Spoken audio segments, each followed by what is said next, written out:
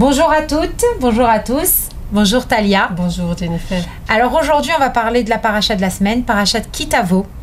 J'ai un petit peu lu et un début un petit peu angoissant quand même.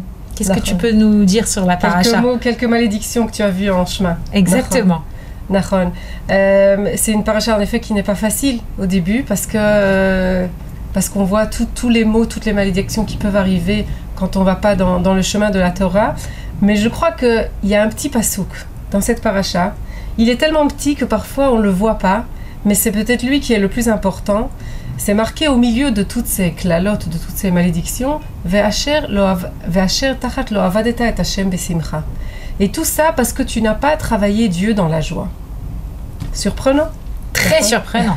Une petite phrase comme ça par rapport à tout ce qu'il y a autour, c'est un petit peu difficile de la ressortir. En fait, ce qu'on voit, cette phrase, ce qu'elle nous dit, c'est que tous ces mots, tu peux nous la traduire, Talia, juste un instant? Que c'est du fait que tout ça arrive, du fait que tu n'as pas travaillé Dieu, Bessimra, donc dans la joie.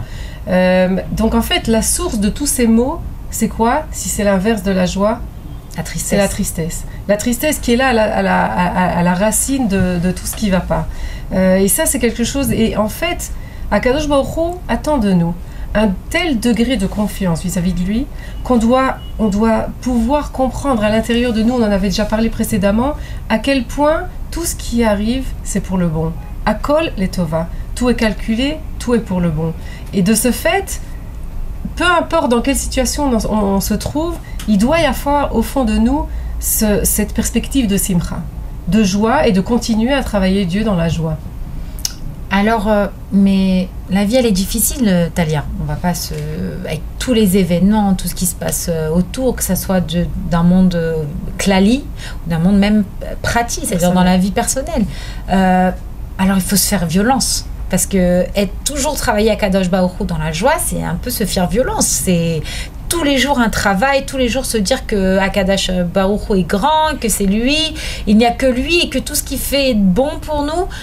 Mais comment c'est pas évident. C'est pas évident. C'est un travail. Alors d'abord, on voit Bichlal. Je reviens souvent au calendrier juif parce que c'est incroyable à quel point il nous influence dans ce qui se passe. Il y a un moment pour tout. Il y a des moments, en effet, qui sont consacrés à la tristesse. Il y a des moments où on doit pleurer, on doit savoir pleurer, on doit savoir s'endeuiller aussi pour pouvoir après se réjouir.